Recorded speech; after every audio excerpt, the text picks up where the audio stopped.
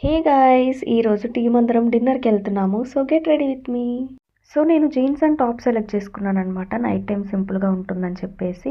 నేను good vibes moisturiser use చేస్తున్నాను. ఇదైతే చాలా బావుంది. ప్రోడక్ట్ నాకు బా నచ్చింది. సో, అందుకే ఇంతకుముందు కూడా నేను ఒక 2, 3 వీడియోస్‌లో చూపిచ్చాను.